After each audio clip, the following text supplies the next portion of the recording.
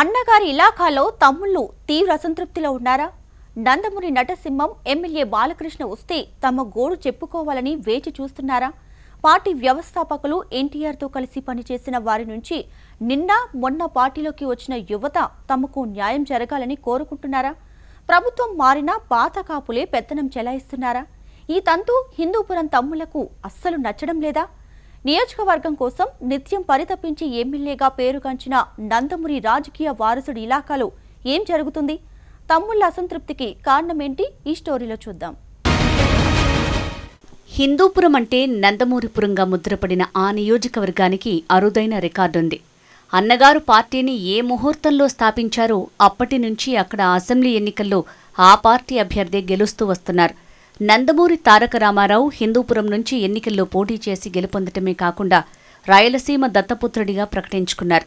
CM స్థాయిలో నియోజకవర్గంలో ఆయన చేపట్టిన అభివృద్ధి కార్యక్రమాలు తరాలు మారినా కొనసాగుతున్నాయి. ఆయన రాజకీయ వారసులుగా తొలుత దివంగత నేత హరికృష్ణ, అనంతరం బాలకృష్ణ అక్కడి నుంచి ప్రాతినిధ్యం వహిస్తున్నారు. 2014లో ఎన్టీఆర్ రాజకీయ వారసుడిగా హిందూపురంలో అరంగేట్రం చేసిన నందమూరి బాలకృష్ణ ఇటీవల జరిగిన సార్వత్రిక ఎన్నికల్లో మూడోసారి విజయం సాధించి హ్యాట్రిక్ ఎమ్మెల్యేగా కొనసాగుతున్నారు. బాలయ్య తొలిసారి ఎన్నికైన సమయంలోనే హిందూపురంలో నెలకొన్న మేజర్ సమస్యల పరిష్కారానికి చిత్తశుద్ధితో కృషి చేశారు. గుక్కెడు నీటి కోసం రోజుల తరబడి వేచి చూసే పరిస్థితి ఉన్న హిందూపురంలో 195 కోట్లతో నేరుగా గొల్లపల్లి రిజర్వాయర్ నుంచి ప్రత్యేక పైప్ లైన్ ద్వారా తాగునీటిని తీసుకువెళ్లి నియోజకవర్గ ప్రజల దాహార్తిని శాశ్వతంగా తీర్చారు. మార్కెట్ ఆధునీకరణ సహా అనేక అభివృద్ధి కార్యక్రమాలు చేపట్టారు. తొలిసారి ఎమ్మెల్యే కావటం, టీడీపీ ప్రభుత్వం అధికారంలో ఉండటంతో హిందూపురం, లేపాక్షి, చిలమత్తూరు మండలాల్లో సమస్యల పరిష్కారానికి చొరవ చూపారు. ఆస్పత్రిలో అధునాతన యంత్రాలతో పాటు కరోనా సమయంలో కోట్లాది రూపాయల విలువైన పరికరాల్ని సొంతంగా అందజేశారు. తాను ఎక్కడున్నా నియోజకవర్గ ప్రజల సమస్యల పరిష్కారంలో ముందుంటారని చెప్పే బాలయ్య నేరుగా నేతలు, కార్యకర్తలతో ఫోన్లో మాట్లాడుతూ ఎప్పటికప్పుడు స్పందిస్తారు. చారిత్రకంగా, ఇతిహాసంగా ఎంతో ప్రాశస్త్యం ఉన్న లేపాక్షి ఉత్సవాలను ఘనంగా నిర్వహించి నాటి రాయల వైభవాన్ని ప్రపంచానికి కొత్తగా పరిచయం చేశారు. గత వైసీపీ ప్రభుత్వంలో ప్రతిపక్ష నేతగా పోరాటాలు చేశారు. హిందూపురంను జిల్లా కేంద్రం చేయాలని అప్పట్లో సీఎంకు లేఖ రాయడంతో పాటు అనంతపురం కలెక్టర్ను కలిసి తన అభ్యంతరాలను తెలిపారు. హిందూపురంలో కొనసాగుతున్న ఆందోళనల్లోనూ పలుమార్లు ప్రత్యక్షంగా పాల్గొన్నారు. టీడీపీ ప్రభుత్వం వస్తే పుట్టపర్తి జిల్లా కేంద్రాన్ని హిందూపురానికి మారుస్తామని అప్పట్లో బాలయ్య క్యాడర్కు భరోసా ఇచ్చారు. అక్కడి వరకు బాగానే ఉన్న కూటమి ప్రభుత్వం అధికారంలోకి రావటం, బాలయ్య బంపర్ మెజారిటీతో హ్యాట్రిక్ విజయం సాధించడంతో తమ్ముళ్లలో ఆశలు పెరిగాయి.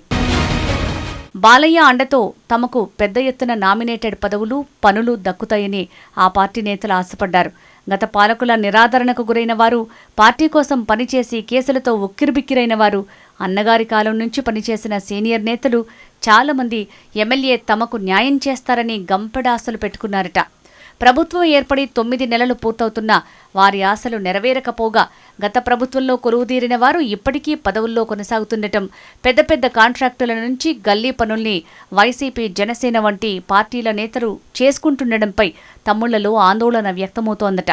ఇటీవల లేపాక్షిలో సుంకం వసూలు చేసే టెండర్ను గత ప్రభుత్వంలో ఉన్న వ్యక్తి దక్కించుకోవటం తమ్ముళ్లకు మింగుడుపడటం లేదట. హిందూపురం పట్టణంలోనూ పెద్ద మార్కెట్ వద్ద సుంకం వసూలు, లారీలకు వచ్చే ఛార్జీల వంటి పనులను ఇతర పార్టీల నేతలు పొందడంపై టీడీపీ క్యాడర్ తీవ్ర అసంతృప్తిలో ఉన్నారట. హిందూపురం ఇటీవల మున్సిపల్ చైర్మన్ స్థానాన్ని టీడీపీ కైవసం చేసుకుంది. కూటమి ప్రభుత్వం వచ్చిన అనంతరం వైసీపీకి చెందిన సుమారు 15 మంది కౌన్సిలర్లు టీడీపీ కండువా కప్పుకున్నారు. ఎన్నికల్లోనూ పార్టీకి మద్దతు పలికారు. తాజాగా పట్టణంలోని ఆయా వార్డుల్లో ముందు నుంచి పార్టీకి పనిచేసిన నేతలు, కార్యకర్తలు డమ్మీలుగా మారారన్న చర్చ జరుగుతోంది. కొత్తగా పార్టీలోకి వచ్చిన కౌన్సిలర్లు, వారి అనుచరులు పనులు చేసుకుంటున్నారని, వారి పెత్తనమే జరుగుతోందని తమ్ముళ్లు వాపోతున్నారట. దాదాపు రాష్ట్ర వ్యాప్తంగా ప్రభుత్వం మారిన వెంటనే గ్రామాల్లో రేషన్ డీలర్లు, ఫీల్డ్ అసిస్టెంట్లు, యానిమేటర్లు సహా పలు అవుట్సోర్సింగ్ కాంట్రాక్టు ఉద్యోగాల్లో పార్టీకి పనిచేసిన వారిని, సానుభూతి పరుల్ని నియమించారట. హిందూపురంలో మాత్రం ఇప్పటికీ చాలా చోట్ల పాత ప్రభుత్వంలో పనిచేసిన వారే కొనసాగుతున్నారట. దశాబ్దాలుగా పార్టీ కోసం పనిచేస్తున్నవారు, బాలయ్య కోసం నిరంతరం పనిచేసేవారు నియోజకవర్గంలో చాలామందే ఉన్నారట. తమ అభిమాన నటుడు, అన్నగారి వారసుడు ఎమ్మెల్యేగా రావటాన్ని నియోజకవర్గంలో ప్రజలు అరుదైన గౌరవంగా భావిస్తారట. కొంతకాలంగా వివిధ పనుల్లో బిజీగా ఉంటూ బాలయ్య నియోజకవర్గానికి రాకపోవడంపై తమ్ముళ్లు నిరీక్షిస్తున్నారట. గ్రామస్థాయి నుంచి నియోజకవర్గ స్థాయి వరకు నెలకొన్న సమస్యల పరిష్కారం కోసం వేచి చూస్తున్నారట. పనులు పదవుల్లో తమకు జరుగుతున్న అన్యాయాన్ని బాలయ్య బాబుకు చెప్పుకొని న్యాయం చేయాలని కోరడానికి సిద్ధంగా ఉన్నారట. ఎమ్మెల్యేతో చెప్పుకుంటే తమ సమస్యలు పరిష్కారమవుతాయని ఆ పార్టీ క్యాడర్లో బలమైన నమ్మకం ఉంది. ఈసారి బాలయ్య బాబు హిందూపురం వస్తే జరుగుతున్న పరిస్థితుల్ని వివరించి కష్టపడి పార్టీ కోసం పనిచేసిన వారికి, పార్టీలో క్రియాశీలకంగా వ్యవహరించిన వారికి న్యాయం చేయాలని చెప్పేందుకు సిద్ధమయ్యారట.